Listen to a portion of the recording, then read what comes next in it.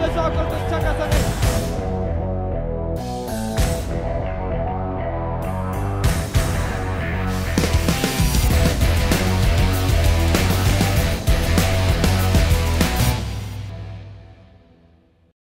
नमस्ते, म शरद देशवाकर। स्वागत छ तपाईलाई फेरि पनि मेरो युट्युब च्यानलमा र यो CWC लिग 2 को एनालाइसिसको यो शोमा। वेल, वर्ल्ड कपको क्वालिफिकेसन सँगैको यो अर्को टुर्नामेन्ट जहाँ चाहिँ हामीले ओडिआई साइकलमा छिरेका थियौँ।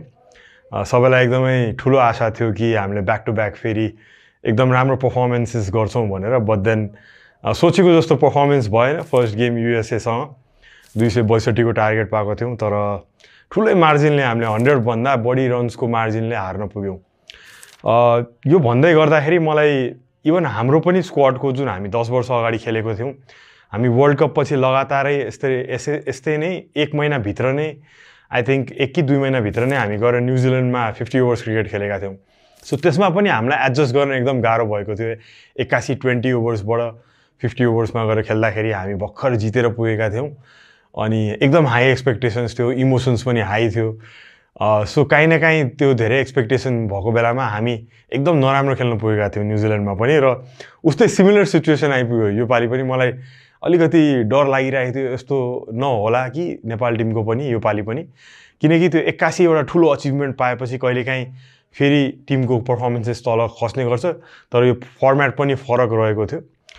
सो यसको बारेमा अलिकति कुरा गरौँ। अब लास्ट गेम जुन युएसएसँग हामीले बलिङ गरेका थियौँ, जुन चाहिँ राम्रो एउटा अप्सन रहेको थियो हाम्रो लागि। आई थिङ्क हामीले टस जितेर बलिङ गरेका थियौँ र सेकेन्डमा नर्मली दुबईको स्टेडियममा चेज गर्न सजिलो पनि हुने गर्छ, तर आशा अनुरूप हाम्रो ब्याटिङ फ्लप नै भयो। टप अर्डरबाट कसैले पनि स्टार्ट पाए तापनि त्यसलाई कन्टिन्यू दिन सकेन। वेल, फर्स्ट पहिला कुरा गरौँ युएसएको ब्याटिङको। सुरुमै स्मिथ पटेल र त्यसपछि आएर मिलिन्द कुमारले पनि एकदमै राम्रो खेले। त्यस्तै मोनाङ पटेल क्याप्टेन जो थिए, उहाँ चाहिँ 10 रनमै आउट हुन पुगे, तर स्मिथ पटेल र साइतेज मुकम्मला उहाँको पार्टनरसिप लगभग 95+ रन्सको पार्टनरसिप रहेको थियो। त्यसले चाहिँ युएसए गेममा फेरि फिर्ता आएको थियो र एउटा राम्रो टोटल 260 लगभग। यसो पहिला बिचतिर गेमको एनालाइसिस गर्दाखेरि चाहिँ 232 240 मा रोक्न सक्छ कि नेपालले जस्तो लागेको थियो, बट देन जुन एभरेज स्कोर रहेको थियो दुबई क्रिकेट स्टेडियमको ठ्याक्कै त्यति नै पुऱ्यायो युएसएले 260 को टार्गेट, र त्यो चेज गर्न एकदमै गाह्रो पर्यो नेपाललाई। र जब सेकेन्ड ब्याटिङ गर्न आयो नेपाल, स्टार्ट राम्रै पाएको थियो। कुशल भुर्तेल 0 रनमा आउट भए तापनि त्यसपछि भीम सार्की र आरिफ शेखको राम्रो पार्टनरसिप भएको थियो। लगभग उहाँहरूको 68 रन्सको पार्टनरसिप रहेको थियो र राम्रो दुवैजनाले स्टार्ट पाएका थिए, बट देन फेरि राम्रो स्टार्टलाई क्यापिटलाइज गर्न सकेन। 37 रन्स बनाएर आउट भए। एउटा कभरमाथि हान्न अटेम्प्ट गर्दाखेरि आई थिङ्क उहाँले विथ द टर्न हिर्काउन खोज्नु भएको थियो कभरमाथि, बट देन लङ अफको हातैमा पुग्यो त्यो बल। सो मेबी उहाँले जुन टर्न एक्सपेक्ट गरिरहेका थिए हर्मितको बलमा, त्यो टर्नमा एक्सपेक्ट गर्दा नभएको हुनाले त्यो बल भित्र आयो। सो त्यो एङ्गल कभर गर्न नसकेर चाहिँ त्यो हातमा पुग्यो लङ अफको।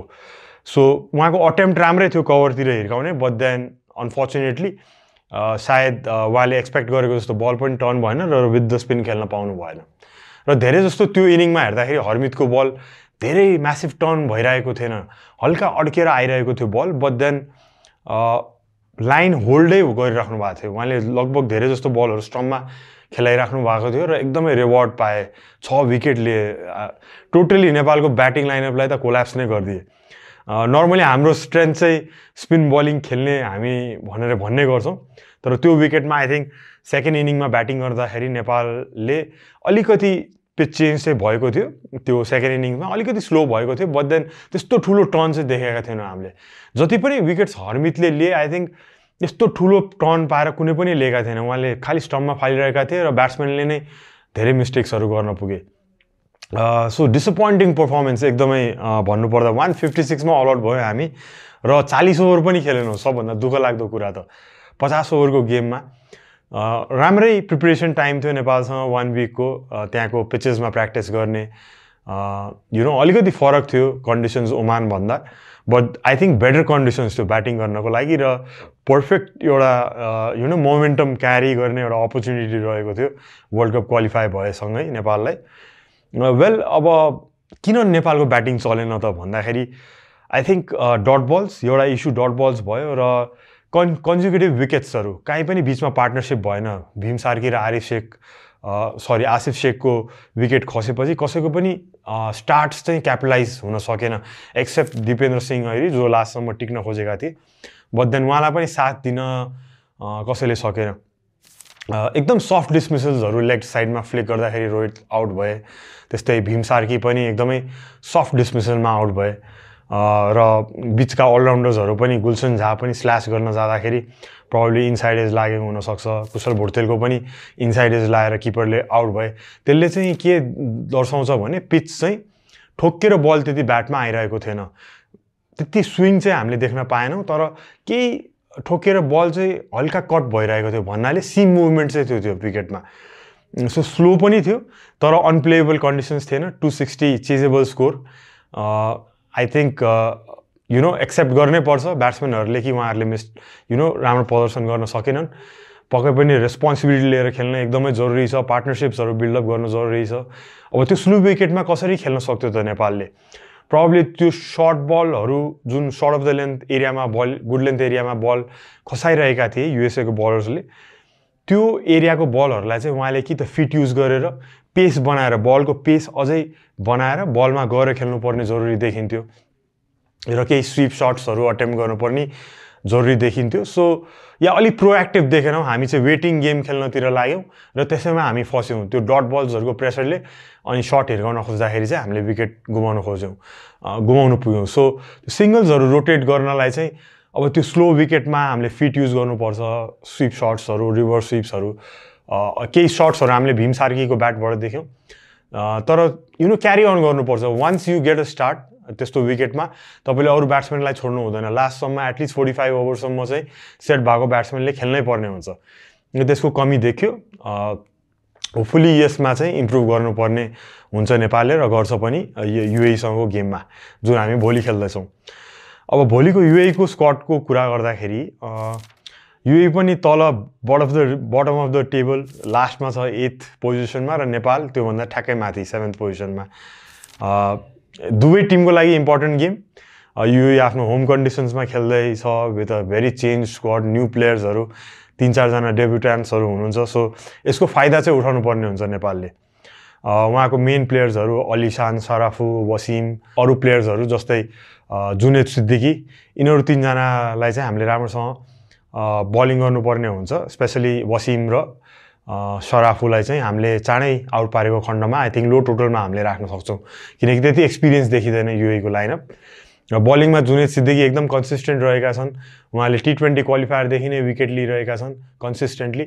र जुन हामी अब अर्को ग्राउन्डमा गएर खेल्दैछौँ आइसिसी एकाडेमीको ग्राउन्डमा, त्यहाँ 2टा ग्राउन्ड रहेको छ र रिसेन्टली त्यहाँ धेरै क्रिकेट भएको मैले सुनेको छैन। सो प्रब्लली म एक्सपेक्ट गर्छु त्यहाँको पिचमा अझै बढी घाँस हुन्छ, जसले चाहिँ पेस बलर्सलाई अझै बढी सिम मुभमेन्ट र बलले के हरकत गर्नेछ भन्ने मेरो अनुमान रहेको छ। हामीले पहिला पनि खेल्दाखेरि त्यहाँ बलर्सहरूलाई निकै नै हेल्प गर्थ्यो, स्पेसली फर्स्ट इनिङ्समा र न्यू बलले सुरुको 10-15 ओभरमा चाहिँ एकदमै हेरेर खेल्नुपर्ने हुन्छ अगाडिको ब्याट्सम्यानहरूले। वेल सानो ग्राउन्ड रहेको छ, 2टा ग्राउन्ड रहेको छ। जुन आइसिसीको अफिसको सँगैको ग्राउन्ड रहेको छ, सेकेन्ड नम्बर 2 ग्राउन्ड, त्यो चाहिँ अलिक ठुलो रहेको छ भने यतापट्टिको पार्किङ लटबाट आउने बित्तिकै नम्बर 1 ग्राउन्ड चाहिँ त्यो चाहिँ अलिक सानो साइजमा रहेको छ, सिधा स्पेसली। सो त्यसको फाइदा उठाउनु पर्ने छ। हावा पनि एकदम चल्ने गर्छ दिउँसोको गेम, आफ्टरनुनको सेसनमा 12 बजेपछि। सो त्यो सबै कुराहरू माइन्डमा राखेर अब कस्तो ट्याक्टिकल चेन्जेसहरू गर्छ टिमले, टिम म्यानेजमेन्टले, टिममा केही फेरबदल हुन्छ कि हुँदैन। जस्तै युएईको बलर्सहरूमा 2 जना बलर्सहरू लेफ्ट आर्म स्पिनर्सहरू हुनुहुन्छ, हैदर अली र सिमरनजीत सिंह, जसले 2 विकेट लिएका थिए लास्ट गेममा। 2टा एकदमै राम्रो लेफ्ट आर्म स्पिनर। सो त्यसलाई ट्याकल गर्नलाई प्रब्लली कुशल मल्ललाई लिएर आउनु हुन्छ कि टिममा भन्ने एउटा अनुमान, त्यो स्पिनलाई ह्यान्डल गर्नलाई, अथवा अनिल शाह पनि अर्को अप्सन रहेका छन्। सो कसलाई चाहिँ निकालेर लिएर आउनुहुन्छ टिममा उहाँहरूलाई यदि ल्याउने हो भने त्यो चाहिँ हेर्न इन्ट्रेस्टिङ रहनेछ। हामीले 7-8 जना बलर पनि युज गरेका थियौँ लास्ट गेममा जस्तै मेबी करण र सोमपालमा एकजनालाई रेस्ट पनि गराएर नन्दन यादवलाई हामीले लिएर आउन सक्छौँ। त्यस्तै अब कुशल मल्ललाई यदि ल्याउनुहुन्छ भने ललित राजवंशी पनि लास्ट गेममा राम्रो बलिङ गरेका थिए, विकेटलेस रहे। सो हामीले स्पिनर एड गर्छौँ कि अब विकेट कस्तो रहेको छ, पेस बलरलाई हेल्प गर्छ भने प्रब्ली एउटा स्पिनरलाई हामीले रेस्ट पनि गराउन सक्छौँ। सन्दीप लामिछानेले राम्रै बलिङ गरिरहेका छन्, हामीसँग स्पिन अप्सन टन्नै रहेको छ टिममा। सो यदि असिस्टेन्ट छैन स्पिनरलाई भने प्रब्ली ललितलाई रेस्ट गराएर हामीले एउटा एक्स्ट्रा ब्याटर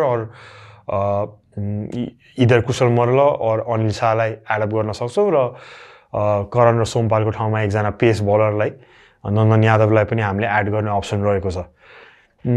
सो यस, अब राम्रो क्रिकेट खेल्नुपर्ने छ। युएईसँग जित्नको लागि राम्रो अपर्च्युनिटी रहेको छ। एउटा न्यू टिम छ युएई र हामीले त्यो दुईटा भाइटल पोइन्ट्स एड गर्न एकदमै जरुरी छ। एकदमै पुछारमा छौँ हामी, टप 4 मा पर्न एकदमै जरुरी छ। ओडिआई स्टेटस बचाउन हामी सबैलाई थाहा छ र गेम पनि धेरै रहेको छैन। अब अलमोस्ट आधी जति म्याचेसहरू सकिसकेको छ। सो पर्फर्मेन्सेस 50 ओभर्समा हामीले आशाजनक भएको छैन यो लिगमा। आशा गरौँ पिकअप गर्छ नेपालले अब आउने गेमबाट।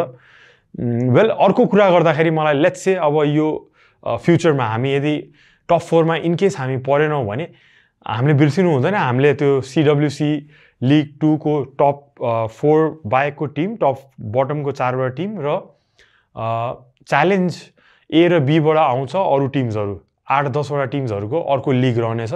त्यसबाट पनि हामीले ओडिआई स्टेटस गेन गर्न चाहिँ सक्छौँ इनकेस हामीले अहिले लुज गऱ्यौँ भने।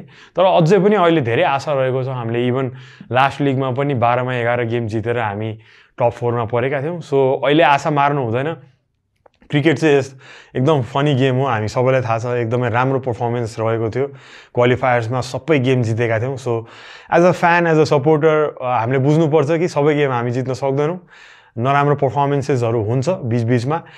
तर दुःख लाग्दो कुरा चाहिँ के थियो भने लास्ट गेममा हामी एकदमै ठुलो मार्जिनले हार्यौँ। अलिकति क्लोज गएर हारेको भए अलिकति सबैलाई चित्त बुझ्थ्यो होला। So let's pray and support our team next गेमको लागि। र गेमपछि, भोलिको गेमपछि म फेरि पनि तपाईहरुसँग जुड्नेछु। तबसम्मको लागि keep watching my channel. Thank you.